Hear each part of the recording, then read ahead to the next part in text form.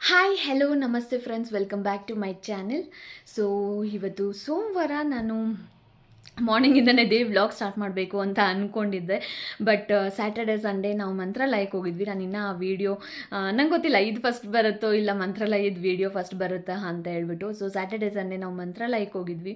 So night ಬರೋದಕ್ಕೆ almost 1 o'clock ಆ ಥರ ಆಗಿತ್ತು. ತಿರ್ಗಾ ಬೆಳಗ್ಗೆ ಎದ್ದು ನಾನು ಆಫೀಸ್ಗೆ ಮಂಡೇಸ್ ಆ್ಯಂಡ್ ವೆಡ್ನೆಸ್ಡೇಸ್ ಹೋಗಲೇಬೇಕು ಕಂಪಲ್ಸರಿಯಾಗಿ. ಸೊ ಬೆಳಗ್ಗೆ ಎದ್ದು ಇನ್ನು ರಿವರಿನಲ್ಲಿ ಆಫೀಸ್ಗೆ ಹೋಗೋದು ಲೈಕ್ ಅದೇ ಆಗಿತ್ತು.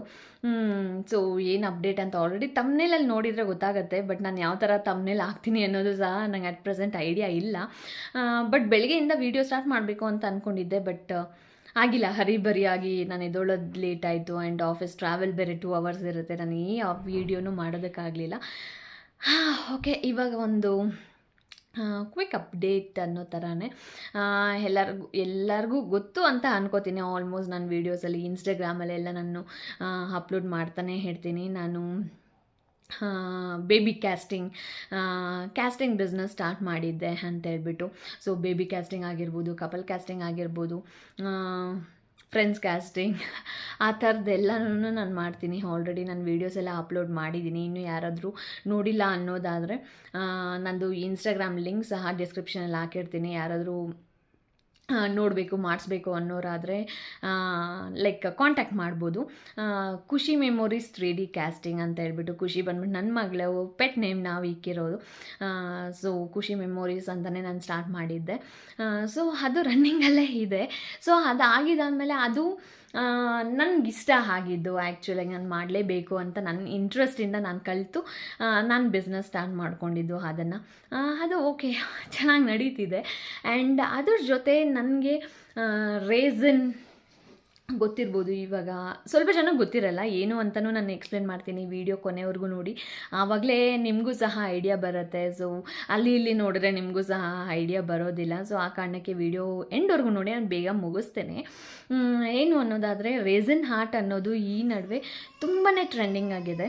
ಸೊ ನನಗೆ ಅದ್ರ ಮೇಲೆ ನಂಗೆ ಗೊತ್ತಿಲ್ಲ. ಫಸ್ಟ್ ಸ್ಟಾರ್ಟಿಂಗೆಲ್ಲ ನಾನು ಕೇಳಿದ್ದೀನಿ, ಬಟ್ ಅಷ್ಟೊಂದೇನು ಇಂಟ್ರೆಸ್ಟ್ ಇದ್ದಿಲ್ಲ. ಬಟ್ ಬರ್ತಾ ಬರ್ತಾ ನಂಗೆ ತುಂಬಾ ಇಂಟ್ರೆಸ್ಟಿಂಗ್ ಅಂತ ಅನ್ನಿಸ್ತು.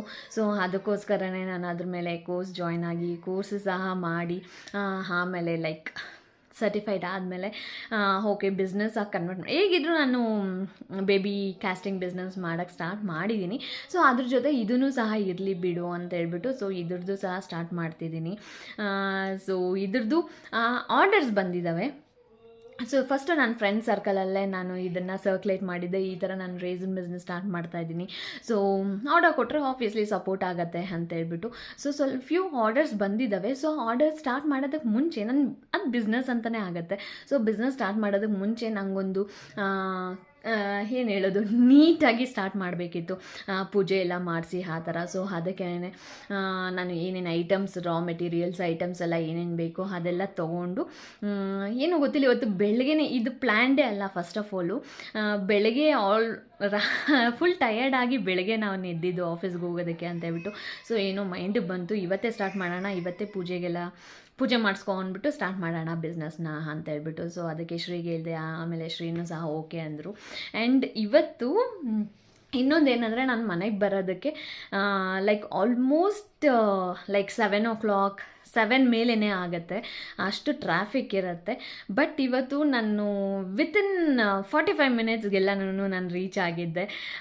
ಏನೋ ಗೊತ್ತಿಲ್ಲ, ಫಸ್ಟ್ ಟೈಮ್ ಈ ಥರ ಆಗಿದ್ದು. ಶ್ರೀನೇ ಶಾಕ್ ಆದ, ಏನು ಇಷ್ಟು ಬೇಗ ಬಂದಿದೆಯಾ. ಆಲ್ರೆಡಿ ನಾನು ಕಾಲ್ ಮಾಡ್ಬಿಟ್ಟು ಅಪ್ಡೇಟ್ ಮಾಡ್ತೀನಿ, 2 ಪ್ಲೇಸಸಲ್ಲಿ ಅಪ್ಡೇಟ್ ಮಾಡ್ತೀನಿ. ನಾನು ಈ ಪ್ಲೇಸಲ್ಲಿದ್ದೀನಿ ಬಿಕಾಸ್ ಕರೆಕ್ಟ್ ಟೈಮ್ಗೆ ಶ್ರೀ ಬಂದ್ಬಿಟ್ಟು ನಾನು ಪಿಕ್ ಮಾಡಬೇಕು.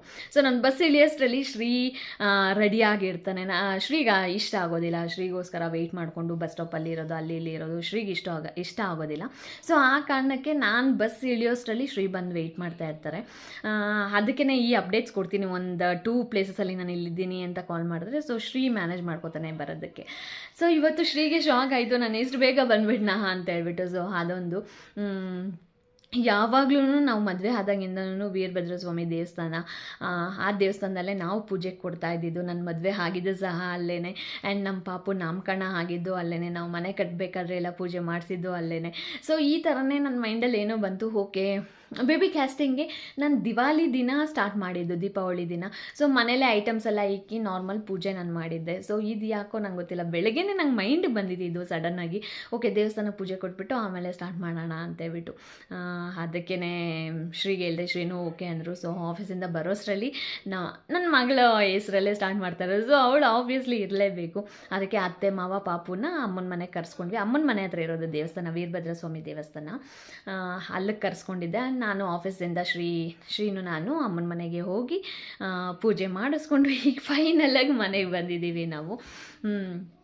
ಸೊ ಯಾವ ಥರ ಎಲ್ಲ ಆಯಿತು ಪೂಜೆ ಅನ್ನೋದು ಕ್ಲಿಪ್ಪಿಂಗಲ್ಲಿ ಆ್ಯಡ್ ಮಾಡಿರ್ತೀನಿ. ಸೊ ಇದಿಷ್ಟು ಬ್ಯಾಕ್ಗ್ರೌಂಡಲ್ಲಿ ಆಗಿದ್ದು. ಆ್ಯಂಡ್ ಆಬ್ವಿಯಸ್ಲಿ ಏನಾದರೂ ಬಿಸ್ನೆಸ್ ಮಾಡ್ತಾಯಿದ್ದೀವಿ ಅನ್ನೋದಾದರೆ ಸರ್ಟಿಫೈಡ್ ಆಗಿರಬೇಕು. ಸೊ ಅದಕ್ಕೋಸ್ಕರ ಲೈಕ್ ಅಪ್ಲೋಡ್ ಮಾಡಿರ್ತೀನಿ. ಇದು ಕರೆಕ್ಟಾಗಿ ಕಾಣಿಸಲ್ಲ ಅಂತ ಅನಿಸುತ್ತೆ. ಸೊ ಇದು ನಾನು ಸರ್ಟಿಫೈಡ್ ಆಗಿದ್ದೀನಿ ಅಂತ ಇದು. ಆ್ಯಂಡ್ ನಾನು ರೇಸನ್ ಬಿಸ್ನೆಸ್ ಸ್ಟಾರ್ಟ್ ಮಾಡ್ತಾ ಇರೋ ಹೆಸರು ಬಂದುಬಿಟ್ಟು ಖುಷೀಸ್ ಆರ್ಟ್ ಕ್ರಿಯೇಷನ್ ಅಂತ ಹೇಳ್ಬಿಟ್ಟು, ಖುಷಿ ಹೆಸರಲ್ಲೇ ನನ್ನ ಮಗಳ ಹೆಸರು ಇದು. ನಾನು ಇದನ್ನ ಅಪ್ಲೋಡ್ ಮಾಡ್ತೀನಿ, ಈ ಪೋಸ್ಟರ್ ಆಬ್ವಿಯಸ್ಲಿ ಅಪ್ಲೋಡ್ ಮಾಡ್ತೀನಿ. ಆವಾಗಲೇ ನಿಮಗೂ ಒಂದು ಐಡಿಯಾ ಬಂದುಬಿಟ್ಟು ನಿಮಗೂ ಇಷ್ಟ ಆದರೆ ನನಗೆ ಆರ್ಡರ್ ಕೊಡೋಕ್ಕಾಗತ್ತೆ. ಸೊ ಆ ಕಾರಣಕ್ಕೆ ಸೊ 2 ಪೂಜೆಗೆ ಕೊಡಬೇಕಾಯಿತು. ಅದಕ್ಕೆ ಎರಡೂ ಸಹ ದೇವ್ರ ಮುಂದೆ ಇಕ್ಕಿ ಪೂಜೆ ಮಾಡಬೇಕು ಅಂತ ಹೇಳ್ಬಿಟ್ಟು ಲ್ಯಾಮಿನೇಷನ್ ಮಾಡಿಸ್ಕೊಂಡಿದ್ದೆ. ಇವೆರಡೂ ಶ್ರೀಗೆ ಹೇಳಿದೆ ನಾನು ಬರೋಷ್ಟರಲ್ಲಿ ಮಾಡಿಸು ಅಂತ ಹೇಳ್ಬಿಟ್ಟು. ಸೊ ಇದೆಷ್ಟು ಓಕೆ, ರೇಸನ್ ಅನ್ನೋದೇನು ಅಂತ ಹೇಳ್ತೀನಿ. ಫಸ್ಟ್ ಆಫ್ ಆಲ್ ರೇಸನ್ ಅನ್ನೋದು ಈ ನಡುವೆ ತುಂಬಾ ಟ್ರೆಂಡಿಂಗ್ ಆಗಿರುವಂಥದ್ದು. ಆ್ಯಂಡ್ ಫಾರ್ ಎಕ್ಸಾಂಪಲ್ ಮದುವೆ ಆದಾಗ ಹಾರ ಹಾಕೋತೀವಿ ನಾವು. ಆ ಹಾರನ ಮದುವೆ ದಿನ ಆ್ಯಂಡ್ ಮದುವೆ ಮುಗಿಯೋವರೆಗೂ ಮಾತ್ರ ಇಟ್ಕೋತೀವಿ, ಆಮೇಲೆ ಅದನ್ನ ಬಿಸಾಕ್ಬಿಡ್ತೀವಿ ಅಲ್ವಾ. ಬಟ್ ಈ ರೇಸಿನಲ್ಲಿ ಏನು ಅಂದರೆ ಅದನ್ನ ನಾವು ಪ್ರಿಸರ್ವ್ ಮಾಡ್ಬೋದು ಮೆಮೊರೀಸ್ಗೆ. ನಾವು ಈ ಥರ ಎಮೋಷ್ನಲ್ ಇಟ್ಕೊಂಡೇ ಇರ್ತೀವಿ. ನಾವು ಈ ದಿನ ಇವಾಗ ನಾವು ಮದುವೆಗೆ ಉಟ್ಕೊಂಡಿರೋ ಸೀರೆನ ನಾವು ವರ್ಷಗಟ್ಟಲೆ ನಾವು ಸಾಯೋವರೆಗೂ ಅದನ್ನ ನಾವು ಜೊತೆಲೇ ಇಟ್ಕೊಂಡಿರ್ತೀವಿ. ಸೊ ಇದು ನನ್ನ ಮದುವೆ ಸೀರೆ ಅಂತ ಎಲ್ಲ ಹೇಳ್ಕೊತಾ ಇರ್ತೀವಿ. ಅದೇ ಥರನೇ ಇದೂನು ಇದು ನನ್ನ ಮದುವೆಗೆ ಹಾಕ್ಕೊಂಡಿರೋ ಹಾರದಿಂದ ಮಾಡಿರೋದು ಅಂತ ಲೈಕ್ ಪ್ರೌಡಾಗಿ ಹೇಳ್ಬೋದು. ಸೊ ಆ ಥರದ್ದೊಂದು ಐಟಮ್ ಸಹ ಮಾಡ್ಬೋದು ನಿಮ್ಗೆ ಇಷ್ಟ ಆಗಿರೋದು. ಇದೆಲ್ಲ ಹೋಗ್ತಾ ಯಾವ ಥರ ಇರುತ್ತೆ ಅಂತ ನಾನು ವೀಡಿಯೋಸಲ್ಲಿ ಎಕ್ಸ್ಪ್ಲೇನ್ ಮಾಡ್ತೀನಿ ನಿಮ್ಗೆಲ್ಲರಿಗೂ. ಒಂದು ಎಕ್ಸಾಂಪಲ್ ನಿಮಗೂ ಅರ್ಥ ಆಗಲಿ ಅನ್ನೋ ಕಾರಣಕ್ಕೆ ನಾನು ಎಕ್ಸಾಂಪಲ್ ರೀತಿಯಾಗಿ ಕೊಡ್ತಾಯಿದ್ದೀನಿ ಈಗ. ಸೊ ನೀವೇನು ಹಾಕ್ಕೊಂಡಿರ್ತೀರ ಹಾರನ, ಆ ಹಾರದ ಮೂಲಕ ನಿಮ್ಮ ಮದುವೆ ಫೋಟೋನು ಇಕ್ಕಿ, ನಿಮ್ಗೆ ಇಷ್ಟ ಆಗಿರೋ ಫೋಟೋಸ್ ಇಕ್ಕಿ ಫ್ರೇಮ್ ಮಾಡಿಕೊಡ್ತೀನಿ ನೀವು ಕೇಳೋ ಸೈಜಸ್ಸಲ್ಲಿ. ಇದೊಂದು ಈ ಥರದ್ದೊಂದು. ನೆಕ್ಸ್ಟ್ ಇವಾಗ ಓಕೆ, ಒಂದು ಯಾವುದಾದ್ರು ಫಂಕ್ಷನ್ಗೆ ಹೋಗ್ತೀವಿ ಅನ್ನೋದಾದರೆ ರಿಟರ್ನ್ ಗಿಫ್ಟ್ ಅನ್ನೋದು ಇದ್ದೇ ಇರುತ್ತೆ ಅಲ್ಲಿ. ಸೊ ರಿಟರ್ನ್ ಗಿಫ್ಟ್ಗೆ ಏನು ಕೊಡ್ತೀವಿ ನಾವು? ಆಬ್ವಿಯಸ್ಲಿ ತುಂಬ ಚೆನ್ನಾಗಿರೋರು ಆದರೆ ಸಿಲ್ವರ್ ಐಟಮ್ಸ್ ಕೊಡ್ತಾರೆ. ಸೊ ಮೀಡಿಯಮ್ ಆಗಿರೋರು ಆದರೆ ಲೈಕ್ ಬೌಲ್ ಕೊಡ್ತಾರೆ. ಆಮೇಲೆ ಇವಾಗೆಲ್ಲ ಟಪ್ಪರ್ವೇರ್ ಐಟಮ್ಸ್ ಎಲ್ಲನೂ ಕೊಡ್ತಾರೆ ರಿಟರ್ನ್ ಗಿಫ್ಟಾಗಿ. ಬಟ್ ರಿಟರ್ನ್ ಗಿಫ್ಟ್ಗೆ ಈ ರೇಸನ್ ಆರ್ಟಿಂದನೂ ಮಾಡ್ಬೋದು. ಪೂಜೆ ತಟ್ಟೆ, ಪೂಜೆ ಪ್ಲೇಟ್ ಅಂತ ಏನು ಹೇಳ್ತೀವಿ, ಅದನ್ನು ನಿಮ್ಗೆ ಯಾವ ಥರ ಬೇಕೋ ಆ ಥರ ಕಸ್ಟಮೈಸ್ ಆಗಿ, ಇದು ಏನು ಹೇಳೋದು ಸೈಜಸ್ ವೈಸ್ ಬರುತ್ತೆ. ಆ್ಯಂಡ್ ಅಮೌಂಟು ಸಹ ಸೈಜಸ್ ವೈಸೇ ಡಿಫರ್ ಆಗುತ್ತೆ. 4 ಇಂಚು, 5 ಇಂಚು, 7 ಇಂಚ್, ಲೈಕ್ ಈ ಥರ ಇಂಚ್ ಮೇಲೆ ಡಿಪೆಂಡ್ ಆಗುತ್ತೆ ಪ್ರೈಸಸ್ಸು ಸಹ. ಬಲ್ಕ್ ಆರ್ಡರ್ ಕೊಟ್ಟಿದ್ರೆ ಪ್ರೈಸಸ್ ಸ್ವಲ್ಪ ಕಮ್ಮಿ ಆಗುತ್ತೆ. ಸಿಂಗಲ್ ಆರ್ಡರ್ ಅನ್ನೋದಾದರೆ ಎಷ್ಟು ಪ್ರೈಸ್ ಇರುತ್ತೋ ಅಷ್ಟೇ ಪ್ರೈಸ್ ಇರುತ್ತೆ. ನಾನು ಪ್ರೈಸು ಕೂಡ ಎಷ್ಟು ಅಂತ ಹೇಳ್ಬಿಟ್ಟು ಎಲ್ಲರಿಗೂ ಶೇರ್ ಮಾಡ್ತೀನಿ, ಇಂಟ್ರೆಸ್ಟ್ ಇರೋದಾದರೆ ಮಾಡಿಸ್ಬೋದು. And key chains like alphabets key chains, ಇಲ್ಲ ಬೇರೆ ವೆರೈಟಿಯಾಗಿ ಯಾವ ಥರ ಡಿಸೈನ್ ಬೇಕು ಕೀ ಚೈನ್ ಆ ಥರ. ಆ್ಯಂಡ್ ಇವಾಗ ಒಂದು ಮನೆ ಅಂದಮೇಲೆ ಆಬ್ವಿಯಸ್ಲಿ ಲೈಕ್ ಬೀಗಗಳು ಎಷ್ಟೊಂದು ಬೀಗ ಯೂಸ್ ಮಾಡ್ತೀವಿ. ಕಾರ್ಗೆ, ಬೈಕ್ಗೆ, ಮನೆ ಬೀಗ, ಬೀರು ಬೀಗ, ಲೈಕ್ ಈ ಥರ ಎಷ್ಟೊಂದು ಬೀಗಗಳು ಯೂಸ್ ಮಾಡ್ತೀರಿ. ಸೊ ಆ ಬೀಗಗಳಿಗೆಲ್ಲ ಒಂದು ಕೀ ಚೈನ್ ಅನ್ನೋದು ಸ್ವಲ್ಪ ಜನ ಮೇಂಟೈನ್ ಮಾಡ್ತಾರೆ, ಆ್ಯಂಡ್ ಸ್ವಲ್ಪ ಜನ ಲೈಕ್ ಹಾಗೆ ಬೀಗ ಮಾತ್ರನೇ ಇರುತ್ತೆ. ಸೊ ಇವಾಗ ಅದನ್ನು ಅಷ್ಟೇ ನಿಮ್ಗೆ ಯಾವ ಥರ ಬೇಕೋ ಆ ಥರ ಕಸ್ಟಮೈಸ್ ಮಾಡಿಕೊಡ್ತೀನಿ ನಾನು. ಆಲ್ಫಬೆಟ್ಟಲ್ಲಿ ಬೇಕಂದರೆ ಆಲ್ಫಬೆಟ್ಟಲ್ಲಿ, ಇಲ್ಲಾಂದರೆ ಡಿಸೈನಾಗಿ ಬೇಕು ಅನ್ನೋದಾದರೆ ಡಿಸೈನಲ್ಲಿ. ಸೊ ಆ ಥರ ನಾನು ಡಿಸೈನ್ ಮಾಡಿಕೊಡ್ತೀನಿ ನಿಮಗೆ. ಆಮೇಲೆ ಇವಾಗ ಫೋಟೋ ಬೇಕು, ಇವಾಗ husband and wife. So husband and ವೈಫ್ದೇ ಲೈಕ್ ಕೀ ಚೈನ್ಗೆ ಹಾಕೋಬೇಕು ಅನ್ನೋದಾದರೆ ಫೋಟೋ ಕೀ ಚೈನ್ ಸಹ ನಾನು ಮಾಡಿಕೊಡ್ತೀನಿ. ಸೊ ಇದು ಒಂದು ರಿಟರ್ನ್ ಗಿಫ್ಟಾಗಿ ಸಹ ಮಾಡ್ಬೋದು. ಆ್ಯಂಡ್ ನೀವು ಹಾಕ್ಕೊಂಡಿರೋ ಹಾರನ ಪ್ರಿಸರ್ವ್ ಮಾಡ್ಬೋದು, ಲೈಫ್ ಲಾಂಗ್ ಪ್ರಿಸರ್ವ್ ಮಾಡ್ಬೋದು, ಈ ಥರದ್ದೊಂದು.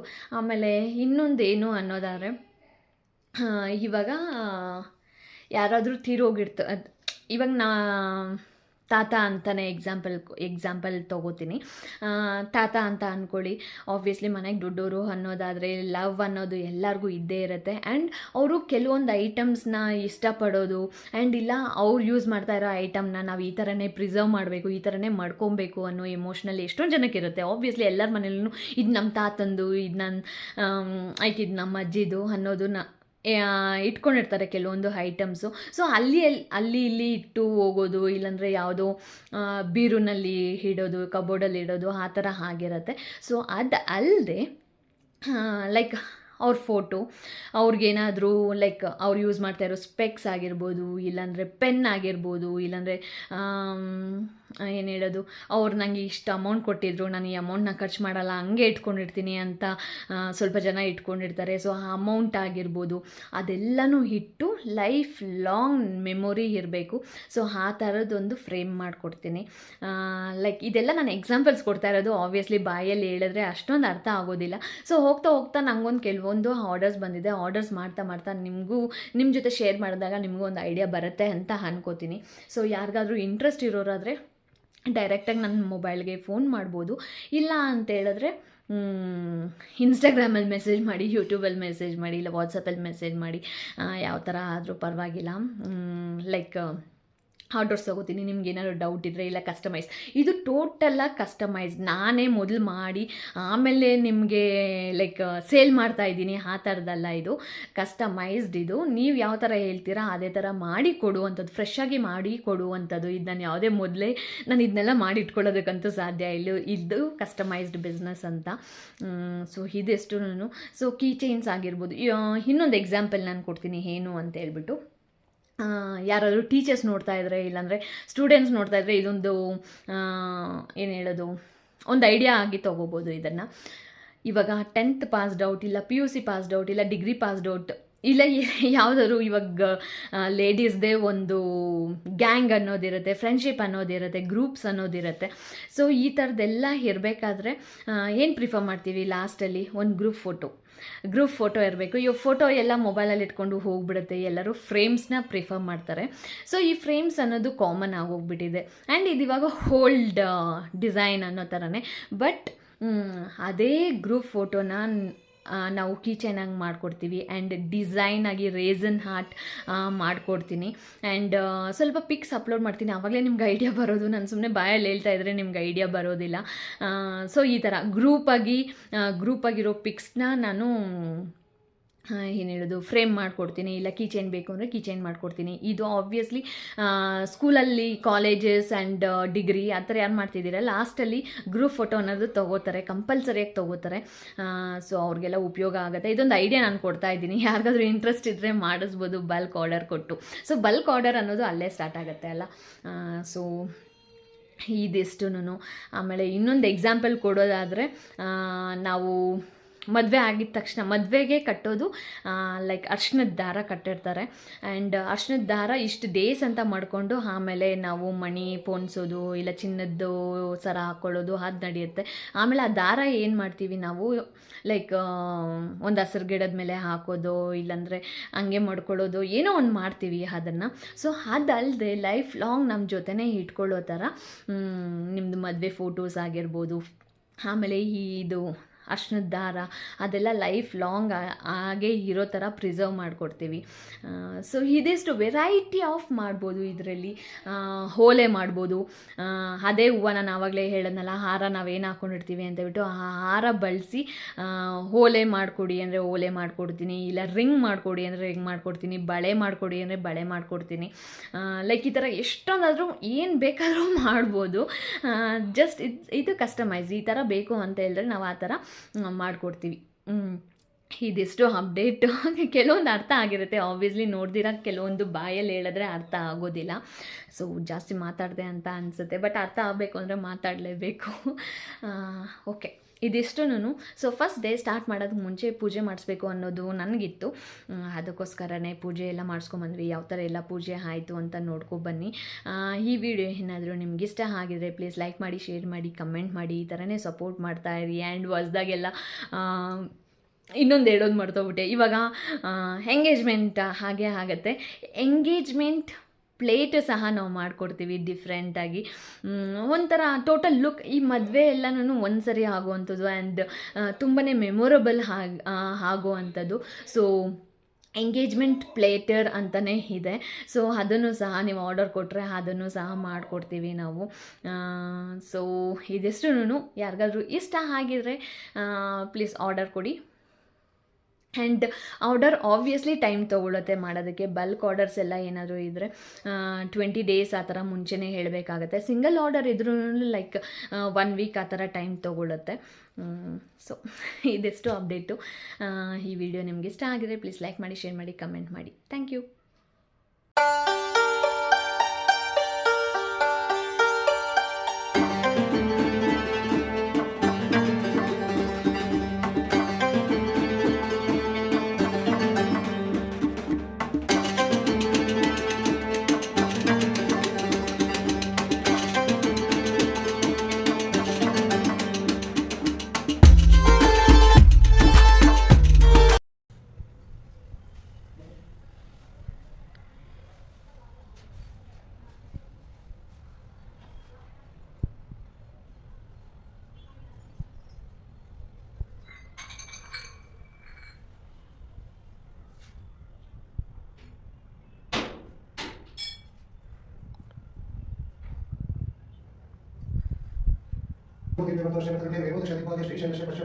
ವ್ಯಾವಹಾರಿಕ ಚಂದ್ರಮೌಳಿ ಶಾಖೆ ಭಾಷೆ ದೋಸ್ಯ ಸಾಸುಗೋತ್ರ ದೋಸ್ಯ ಶಿವಣ್ಣ ನಾಮ ದೇಸ್ಯ ಗಂಗಾ ನಾಮ ದೇಸ್ಯ ಬಸವರಾಜ ನಾಮ ದೇಸ್ಯ ದೀಪಾ ನಾಮ ದೇಸ್ಯ ಗಾರ್ಪ್ರಿಯ ನಾಮ ದೇಸ್ಯ ರವಿಚಂದ್ರ ನಾಮ ದೇಸ್ಯ ಗುಣಾಂಕಿ ನಾಮ ದೇಸ್ಯ ಪಂಡಿತ್ ನಾಮ ದೇಸ್ಯ ಶೇಖರ್ ನಾಮ ದೇಸ್ಯ ಆಶಾ ನಾಮ ದೇಸ್ಯ ಧರ್ಮಿಕ ನಾಮ ದೇಸ್ಯ ಸಹಕುಮಾರ ದೇಸ್ಯ ಏವಂ ವಿಶೇಷ ವಿಶಿಷ್ಟಾಯ